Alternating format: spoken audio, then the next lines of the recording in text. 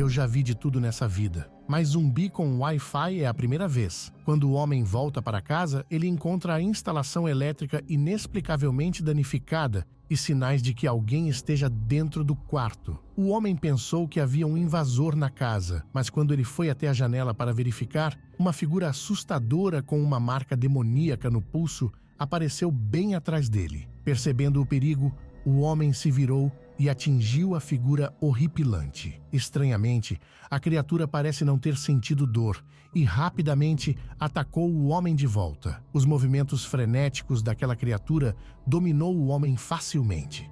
Em seguida, mordeu o homem no pescoço, provocando uma reação imediata. O corpo do homem desenvolve um monte de pelotas de pus enquanto ele agoniza até seus momentos finais. Mas algo estranho acontece. A criatura misteriosa também começa a definhar, e seu corpo começou a se desintegrar enquanto caía no chão. Pouco depois, a polícia recebeu um relatório e uma investigação se inicia. Eles concluíram que o corpo da figura horripilante parecia estar em óbito há 2 meses e meio. Entretanto, tudo indica que aquilo voltou à vida para dizimar aquele homem em específico. Todos os peritos na sala ficaram perplexos com o relatório. Afinal, como ele voltou à vida e com que propósito cometer aquele ato brutal? A polícia não tem pistas sobre isso. Agora conhecemos Jin Hee, uma repórter de um canal independente. Ela estava no meio de uma entrevista em um podcast e recebeu uma ligação de um homem misterioso que disse ser o verdadeiro líder por trás do crime inexplicável. O suposto criminoso marcou uma entrevista ao vivo com ela no dia seguinte, às 2h30, em um local designado. Quando a polícia soube dessa notícia, naturalmente, não perdeu a oportunidade perfeita de prender o suposto líder. Assim, sob a liderança do namorado dela, Seong-jun, a polícia mobilizou um grande número de agentes no local da entrevista e se preparou para efetuar a prisão. No dia seguinte, o suposto líder apareceu conforme o esperado naquela tarde. Logo, a entrevista começou. E o homem respondeu a todas as perguntas que Jin Hee fez sem se esquivar delas. Não apenas revelou seu nome e identidade, mas também revelou que era um conjurador que manipulava corpos. Ele próprio cometeu o delito da noite anterior. Jin Hee não acreditaria em algo tão ridículo quanto a manipulação de um corpo para cometer um assassinato. Mas o homem disse que ela acreditaria em breve e que o propósito de sua entrevista era dar um aviso. Nos próximos dias, ele cometeria mais 3 delitos parecidos, fornecendo detalhes sobre os lugares, horários e as pessoas que ele teria como alvo. Todos eram executivos da Seichi Pharmaceuticals. São eles: o diretor Min Seop, o diretor executivo Sang-in e o presidente Seung-gil. Claro, há maneiras de impedir isso. Isso depende de Seung-gil, o presidente da Seichi Pharmaceuticals, pedir desculpas publicamente e cabe a Jin Hee a tarefa de julgar se é um pedido sincero ou não, enquanto transmite o pronunciamento ao vivo. Assim que as palavras saíram de sua boca, o homem sacou um punhal e segurou Jin Hee como refém, tentando aproveitar a oportunidade para deixar o local. Mas era só uma manobra para chamar a atenção dos policiais. Quando eles chegaram ao saguão no primeiro andar, Jin Hee percebeu uma marca demoníaca no braço do homem. E então, como o outro corpo do início do filme, o homem começou a se desintegrar e lentamente apodreceu. Ao que tudo indica, ele era apenas um boneco sendo manipulado também. O manipulador por trás dele escapou novamente. Com base nesses acontecimentos, a polícia rapidamente deu um novo rumo às investigações. Primeiro, descobriram que se tratava de um feitiço que podia manipular o corpo à distância. Isso graças pelos relatos da marca maligna no pulso dos corpos, que vamos chamar de zumbis. Julgando pelos desenhos, essa feitiçaria tinha origem nas tribos da Indonésia. Descobriram que, combinando um pouco de terra do local onde a pessoa faleceu e o DNA do conjurador, o cadáver poderia ser manipulado para fazer o que quisesse. Enquanto isso, Seong-jun liderou sua equipe para a alta administração da Seichi Pharmaceuticals para descobrir por que o assassino estava se vingando da empresa. Uma vez que o presidente, Seung-il, se aposentou da empresa, sua filha, Mi-yong, agora estava no comando. No entanto, através de interrogatórios, eles não obtiveram pistas úteis. Entretanto, descobriram apenas que a vítima no início do filme também era um empregado naquela empresa. Obviamente, o líder dos zumbis tem um propósito, mas não atacaria apenas a Seiichi Pharmaceuticals sem motivo. A empresa deve estar escondendo um segredo desconhecido.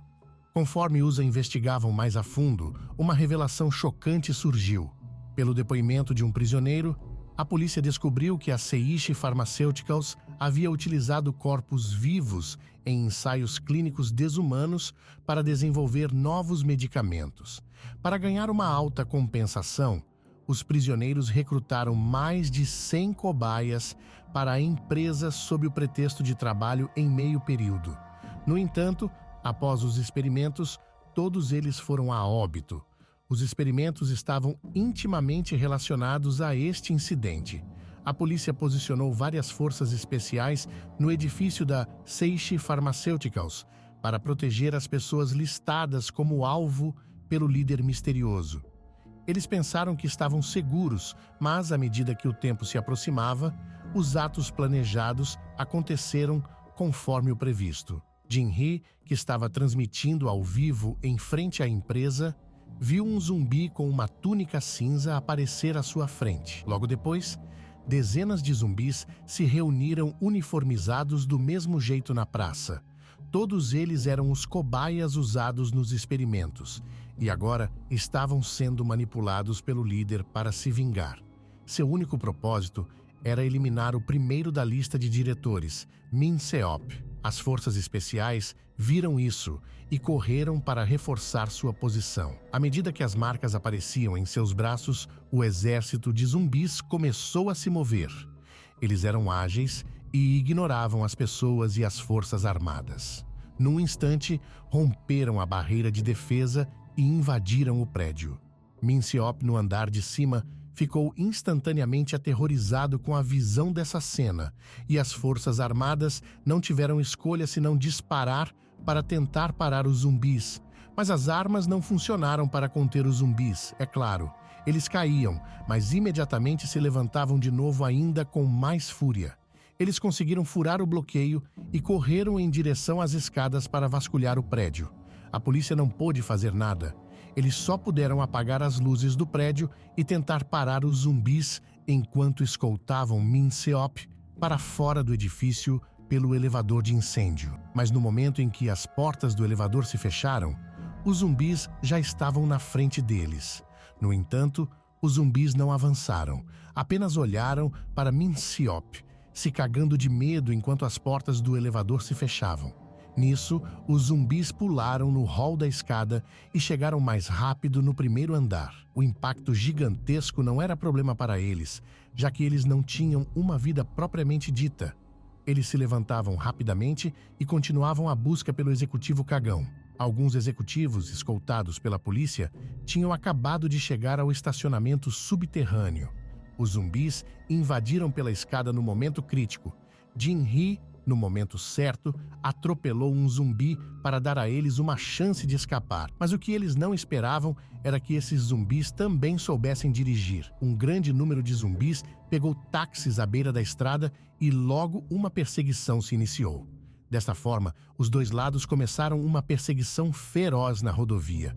Como eles já não estavam vivos, os zumbis se jogavam na frente do carro para tentar conter Min Seop e Seong-jun. Embora tenham tido sorte na fuga até então, após entrarem no túnel, os zumbis começam a usar táticas de cerco e bloquearam diretamente o carro de Seong-jun no meio. Em seguida, meio quilo de zumbi saíram dos táxis e começaram a atacar o carro onde eles estavam. O para-brisa logo se despedaçou diante do feroz ataque.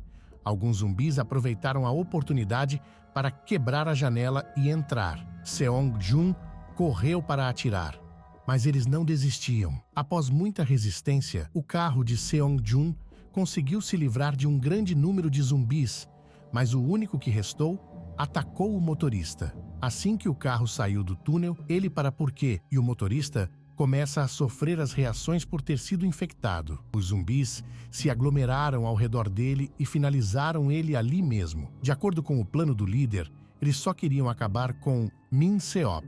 Então, Min Seop foi arrastado para fora do carro e capturado vivo por um grupo de zumbis. Após completarem a missão, os zumbis olharam diretamente para Sang-in. Depois disso, os zumbis começaram a se despedaçar e caíram todos no chão já sem vida, se é que podemos dizer que eles estavam vivos. No processo de luta contra os zumbis, Seong-jun, infelizmente, foi mordido na mão direita, mas a infecção não era especialmente grave, e após algum tratamento no hospital, ele sobreviveu. Após esse incidente, Sang-in sabia que seria o próximo, então se aproximou de Seung-il, o presidente do conselho, esperando que Seung-il se desculpasse ao vivo de acordo com as instruções do líder.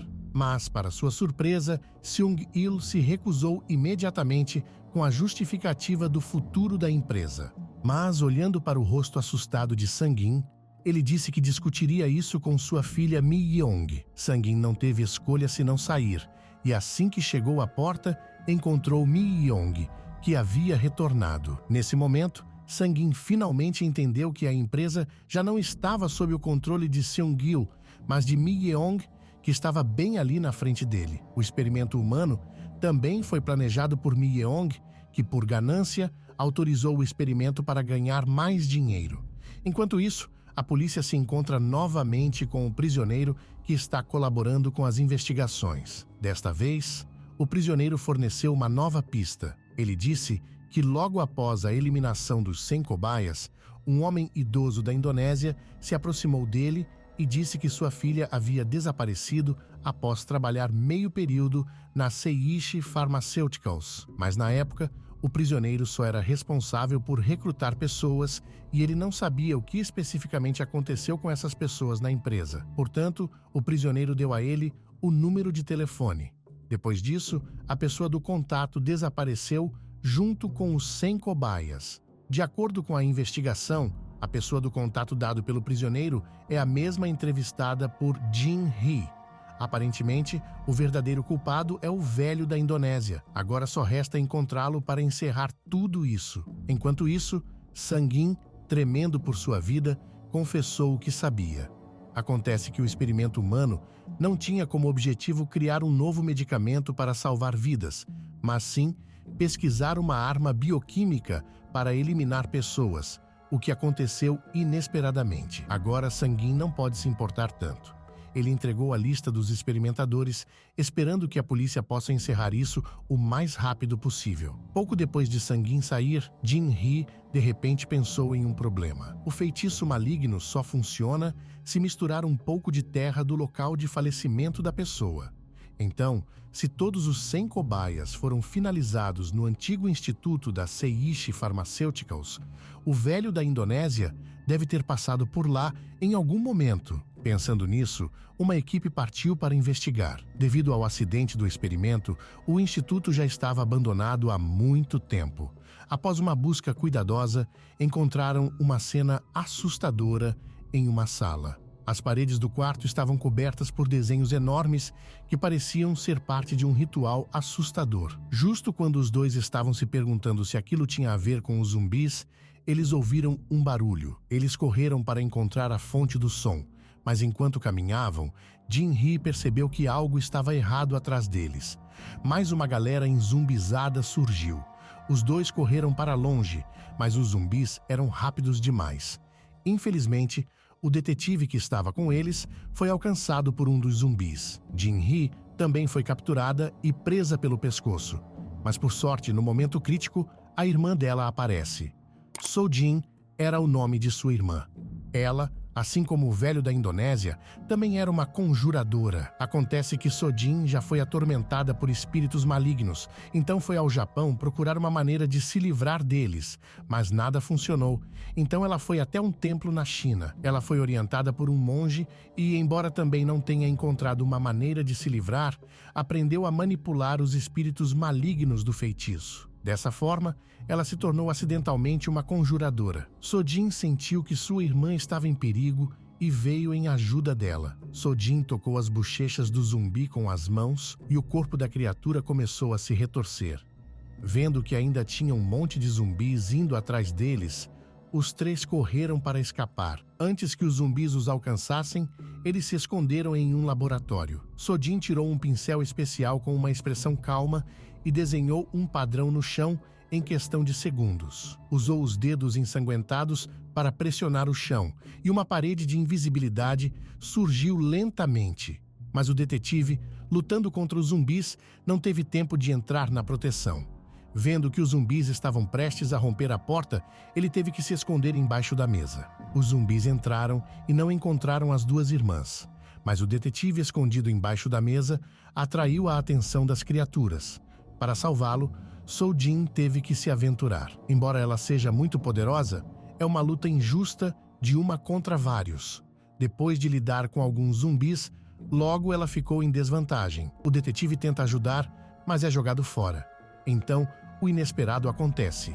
Jin-Hee conseguiu ajudar a tempo e derrubou o zumbi. Jin-Hee aproveitou a oportunidade para tocar a bochecha do zumbi e usou o mesmo método para finalizar o último zumbi. Quando eles fugiram do instituto, já era de manhã, mas para surpresa deles, Sang-in, que estava sob grande estresse, optou por tirar a própria vida. Enquanto isso, Seung-il também concordou em fazer um pedido público de desculpas, mas seu pedido de desculpas não foi nada sincero, apenas algumas palavras superficiais feitas às pressas. Isso não vai parar os ataques, mas deixará o líder dos zumbis ainda mais furioso. Enquanto isso, o capitão na delegacia de polícia, após investigar a lista de experimentadores, finalmente encontrou a filha do velho da Indonésia. Ele imediatamente enviou as informações para Jin-Hee, que estava pedindo desculpas ao vivo. Quando Jin-Hee viu a mensagem, sentiu um calafrio, porque a garota era sua assistente.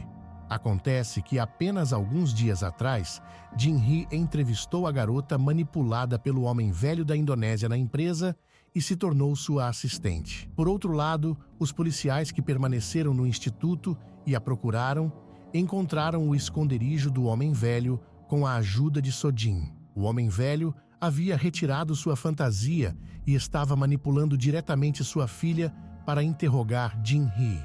Olhando para a conversa pouco convincente de Seung-il no palco, o homem velho ficou furioso. As luzes do estúdio piscaram.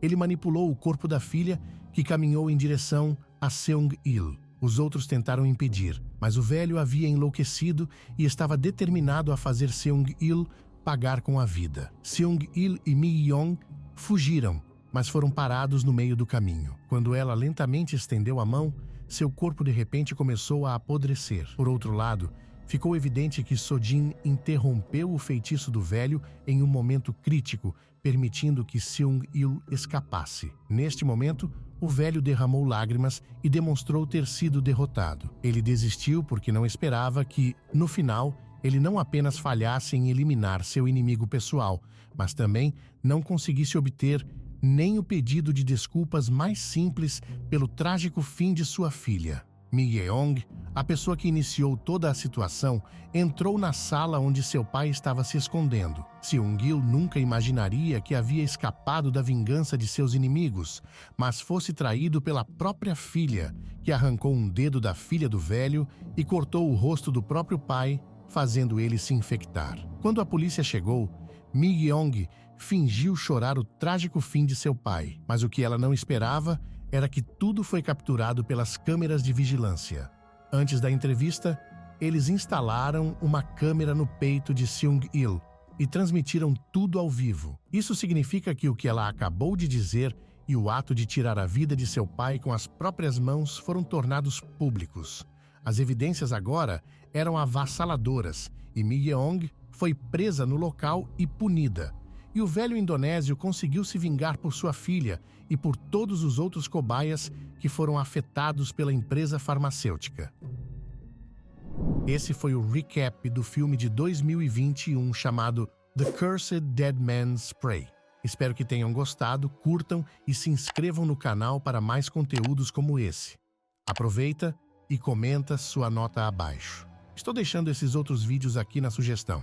Tenho certeza de que você vai gostar. Obrigado por assistir. Um grande abraço e até o próximo recap.